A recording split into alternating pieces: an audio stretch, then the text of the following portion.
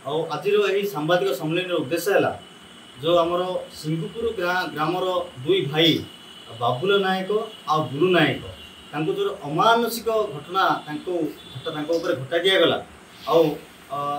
विभिन्न प्रकार माड़ मारे जहाँ कले जो जिनस गुड़ा तो सर आम विश्व हिंदू परिषद बजरंग दल संपूर्ण खंडन करुंदा करपरी अमानुषिक कार्य किसी राजनैतिक व्यक्ति माने घटाऊँ आमर विभिन्न विश्व हिंदू परिषद बजरंग दल एवं परिवार जो अच्छी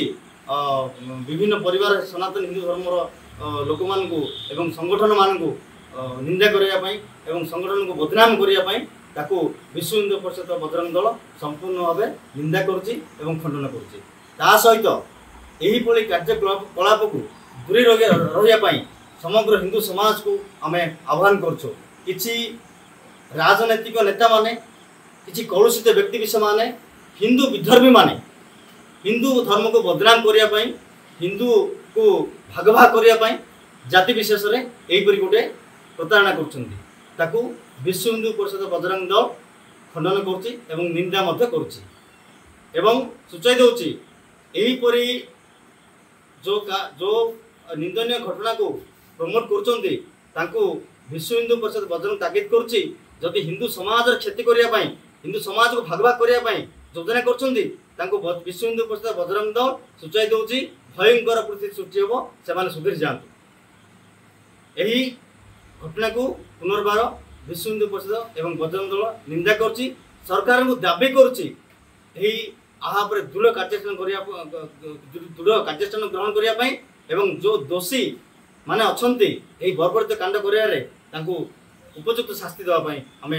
सरकार पाखे अनुरोध कर प्रशासन पाखे अनुरोध कर दुई भाई माड़ मरा से लंडा कर बुले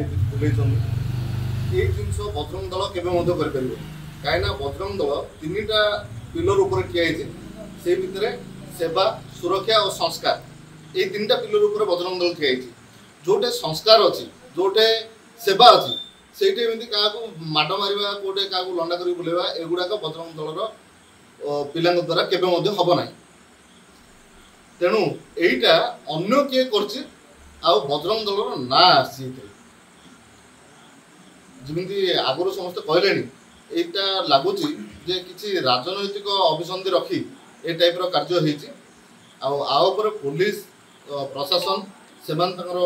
इन्वेस्टिगेशन करुँच सत्य सत्य निश्चय भाव में सामना को आसो कहना चाहूँगी जे बजरंग दल सब चेष्टित जे लोक को शिखाई गोमातार सेवा और सुरक्षा केमी क्या बाड़ेवा क्या गाँव में बुलेले गोमातार सेवा हेनी बा गोमाता सुरक्षित रही जदि आम गाँव लोक बुझेगा गोमातार उपकारिता कौन से रखिले से आमको रिटर्न देवे गोमाता आमको कौन रिटर्न दूसरी से जिन गुड़ा जब आम शिखेबा ताहले गोमाता सुरक्षित सब रही जिनस आम कार्यक्रम चलती भुवनेश्वर जिलार समस्त सबू बजरंग दल कर्मी यही हिसाब से बाहर को जाकि शिक्षित कराऊँ लोक तेणु ये जो निंदनीय घटना घटी से बजरंग दल कौन हाथ ना।